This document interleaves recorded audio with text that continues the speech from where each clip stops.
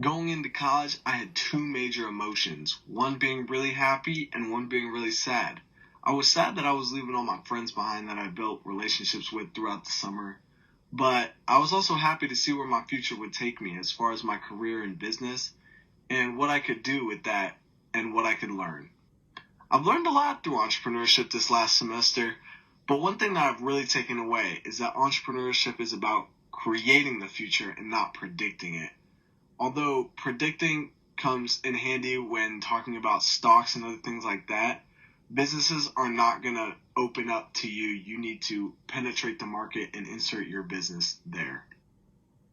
This picture is designed to depict self-efficiency, and people with high levels of self-efficiency tend to put forth more effort.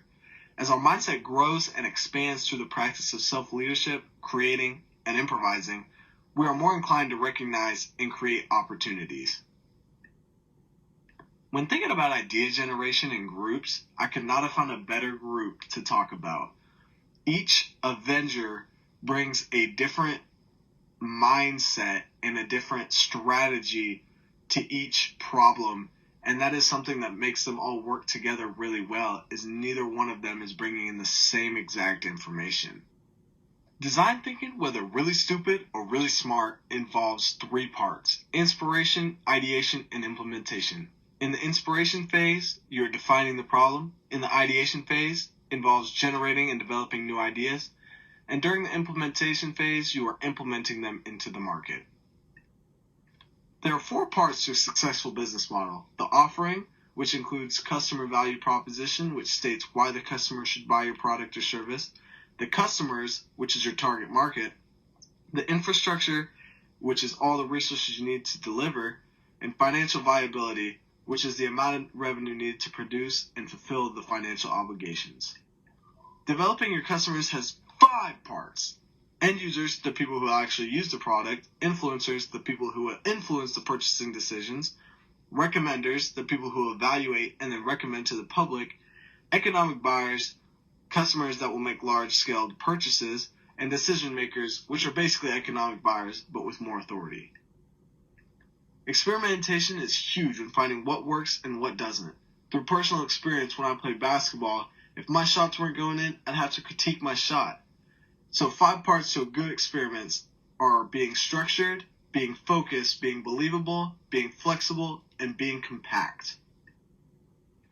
When developing networks and building teams, it's important to have a wide variety of personalities and people that work together like a puzzle.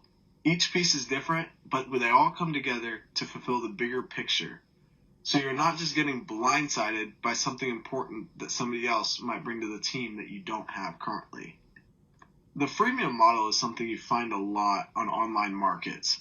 Different games will allow you to unlock specific players or power-ups, or different apps like Tinder will allow you to get a gold pass, which will allow you to see more people that like you that you might have not swiped right on originally, which could help you. Business plans, business plans, business plans. They are so important. Without each detail, you are going to get thrown challenges and not know how to battle them. In my personal life, my mom just started this new business that she is now receiving challenges on she wasn't expecting. So with that business plan, you would have had that already worked out. The fear of failure is one of the reasons I believe there are many smart people not starting their businesses. But personally, I think fear of failure is stupid. Just take it as a learning experience instead. You won't make the same mistake again, and you will have a better knowledge of how to grasp that challenge in the future. Pull yourself up by the bootstraps, my mom always told me. And common strategies for bootstrapping would be: never buy new when you can buy used, save money there; and work from home over renting an office space while your business is still small.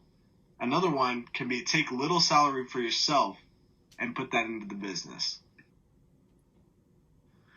Woohoo! Thank God for angel investors.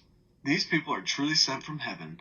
They provide financial stability for business startups that will cover over financials, as well as providing advice, skills, and expertise, as well as lucrative contracts. You've probably done it. I know I've done it, and a lot of the rest of the population is also doing it. Global IP theft. More than half of the global internet usage ages 16 to 24 have streamed music illegally, and IP theft costs the United States between $225 and $600 billion each year. Way back out west, my grandpa used to put his brands on all of his grandchildren so he would know which one they were. Branding is the process of creating a name, term, design, symbol, or other feature that identifies a product or service that differentiates it from the others.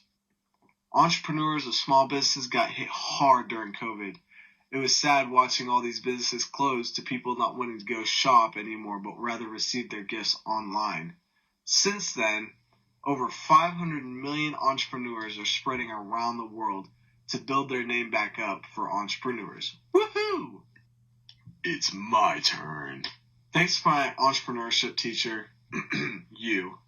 I'm very thankful to possess the knowledge and far as what I need to do to create a successful business plan, as well as being successful in the future.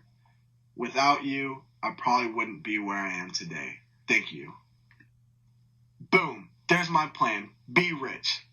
Nah, just kidding. Although this is my plan for far, far into the future, hopefully I can get there one day. My goal right now is to start small, grow my idea to how profitable it can be, and then see where that takes me for the future. I still remember at the end of class one day when you told us to go out and get rejected 3 times, and that really opened my eyes to the opportunities out there, but all I have to do is ask. And with that, I just want to thank you for being such an awesome teacher, and I couldn't ask for a better teacher or friend.